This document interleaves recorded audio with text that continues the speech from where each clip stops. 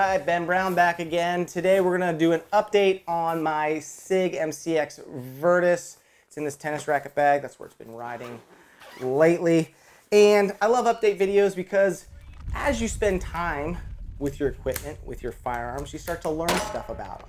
And you know, everything might be all sunshine and rainbows when you first take it out and shoot it for that first 1,000 rounds. And then after that, things might go downhill. These are highly sought after. They're a high dollar firearm.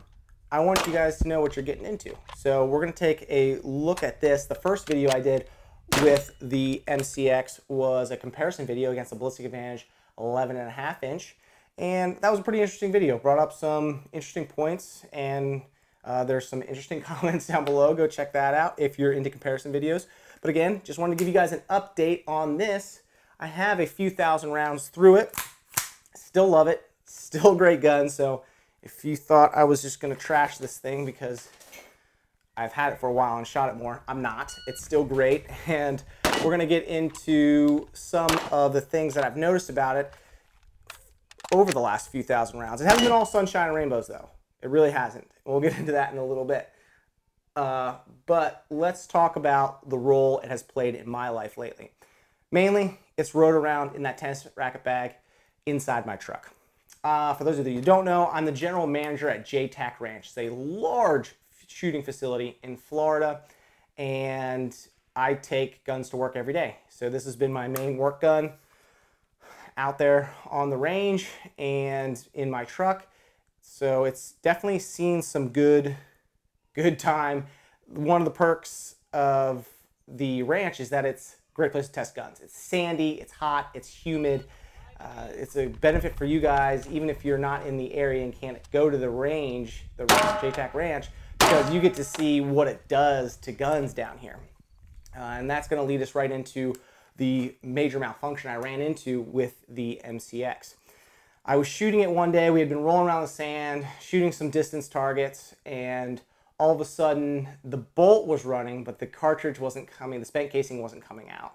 And I stopped, took a look at it.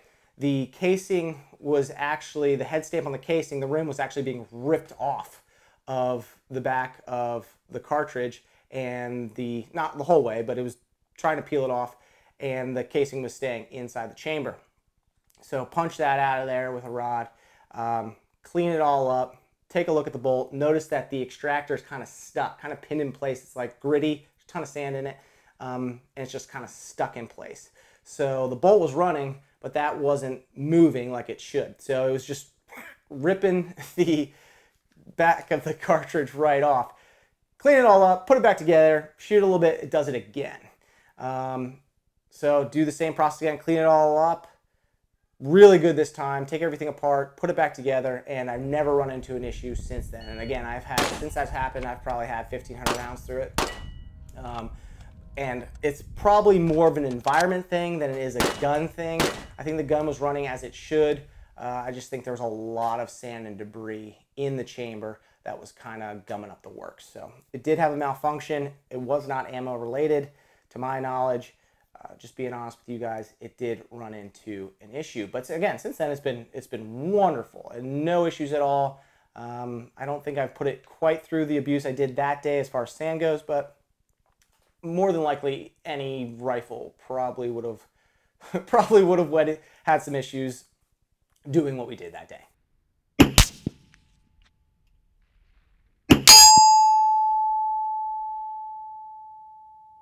Yep.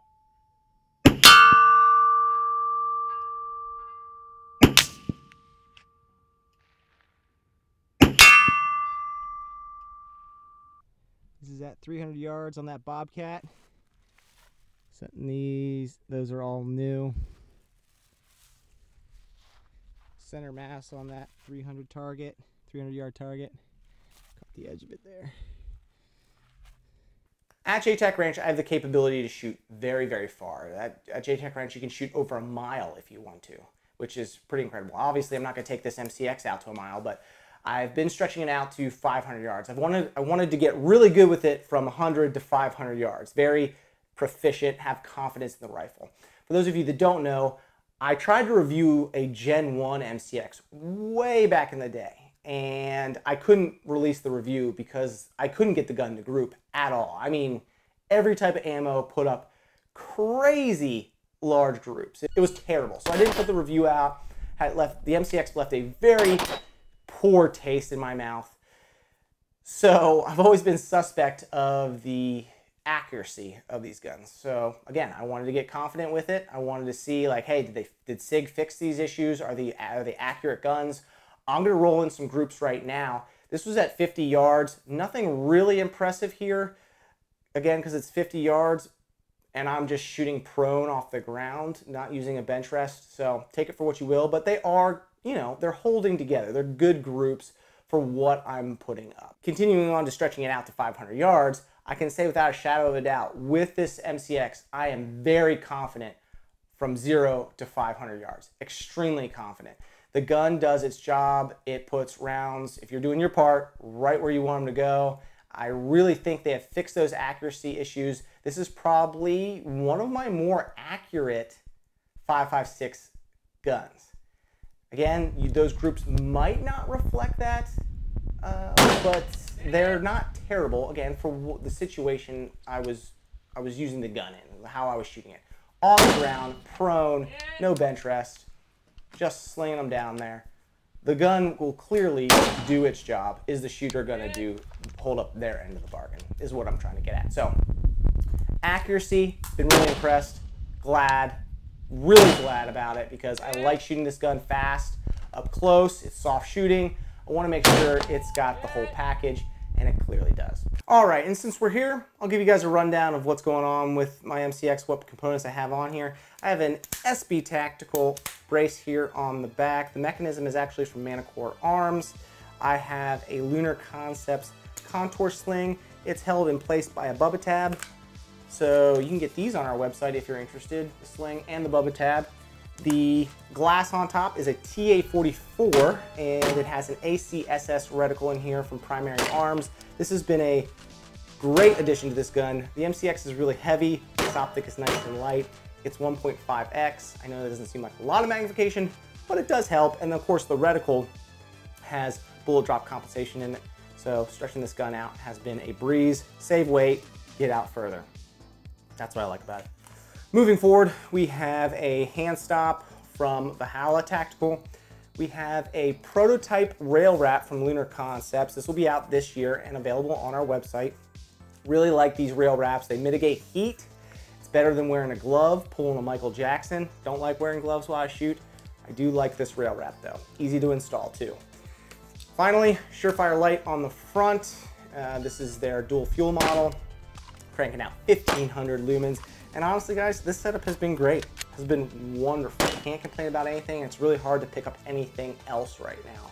So really happy with the MCX. Leave me a comment down below what you guys think. I want to talk with you guys about it. Have any questions about this particular one or general specs? I'd be happy to answer them, talk with you guys about it.